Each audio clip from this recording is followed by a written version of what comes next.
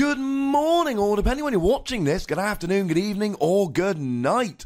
My name's Ross, and as always told, I had a voice radio. So today, we are looking at the pointless cards from the upcoming Crimson Invasion expansion. I am a very cheery, positive, enthusiastic guy, as a general rule. But once per set, just like we did with the previous set, I like to look at the cards in the set that really don't do anything, that we don't really need. A celebration of mediocrity, or the level just below. And ladies and gentlemen, they do not come any more pointless than Starmie. As a quick side note, I am using a slightly different microphone today for this video, so if the audio is slightly different, it's all good, ladies and gentlemen. It's all good. Starmie, I have a special place in my heart, because as some of you may know, the French word for Starmie, the French name, is Staros. Ross is my name. I love having a Pokemon with my name in. Now, this is a water Pokemon, meaning you hit weakness against Volcanion and Turtonator, one of the best decks around at the moment. Retreat of 1 is nice. Weakness to grass is alright, because Tapu Bulu and Golisopod will be one-hit KOing you anyway. 90 HP is low. Here's the thing about Starmie. For 1 water energy, it can do 40 damage. It's fine. Proportionally, it's better than Charizard, but even with a choice band, you're only doing 70. It's not particularly good, ladies and gentlemen. I mean, as a side note, if you had a Professor Kukui here, you're doing 60 against a baby Volcanion, you're doing 120. You won't even get a one-hit KO with a Kukui. That's not good. But what makes Starmie particularly pointless here is the fact that it's got an ability escape. Once during your turn, before you attack, you may shuffle this Pokemon and all cards attached to it into your deck. And the question I've got to ask is why? What's the point of this card, ladies and gentlemen? It's got 90 HP. It's rarely going to survive a hit. And even if it does survive a hit, what good is it going to be doing putting it back into your deck? You get a basic. You evolve it up to a stage 1. It takes a hit. It's doing very little damage. You put it back into your deck and then you get it back out again to do another 40 damage in 2 turns' time? Seriously, ladies and gentlemen, what is the point of this card? Now, don't get me wrong. If something like Golisopod GX had this ability, it would be borderline broken. Something like Tapu Bulu, again, if you could do 180 and then shuffle into your deck when you're about to be KO'd, making way for a new Tapu Bulu, getting energy from Vikavolt, that would be amazing. There are so many cards where this would be an absolutely stunning ability. But ladies and gentlemen, a 90 HP Pokemon that does a maximum 40 damage before you use Kukui, Choice Band, etc. is not one of those cards, and I don't really see the point of it. Now, I will, however, give you one counter-argument for Starmie. Stops you decking out. Because what you can do is you have a Staryu, you evolve it into a Starmie, you've got 0 cards in your deck, you put Starmie down.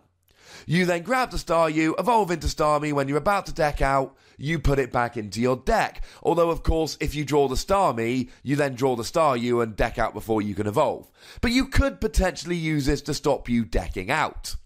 But really, ladies and gentlemen, if that is the best argument I can make for Starmie, and I'm a positive dude, I make arguments for an awful lot of these cards, but if that is the best I can come up with, you know we're not looking at a particularly great card here. Now, another card which is, shall we say, somewhat uninspiring is Gastrodon. Now, I like Gastrodon.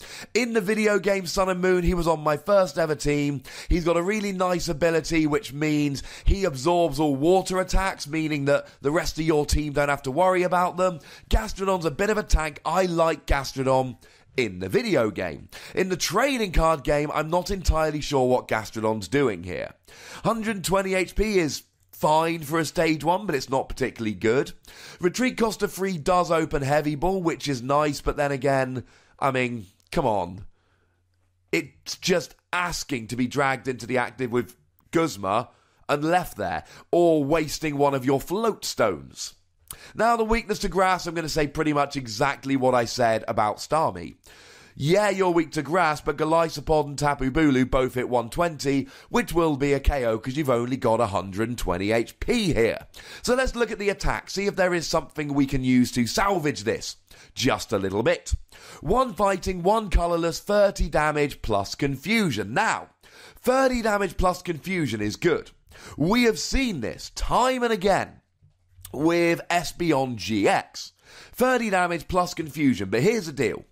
It is for a single energy, and you've got the Energy Evolution Eevee. Pop down an Eevee, attach your Psychic Energy, search your deck and evolve up to Espeon, then you hit 30 damage plus confusion. That's pretty good.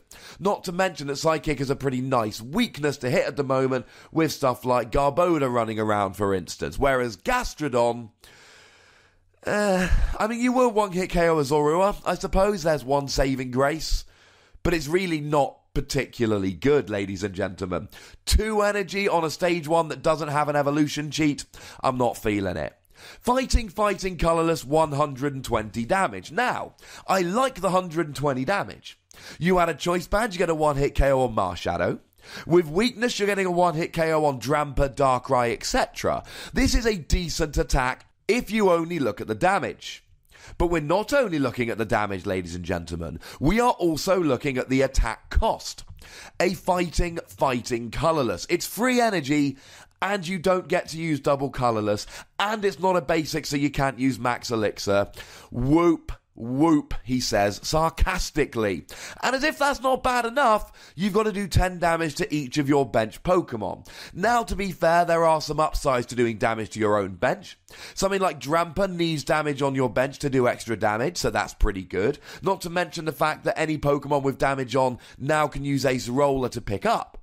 So yes, I suppose there are some advantages here.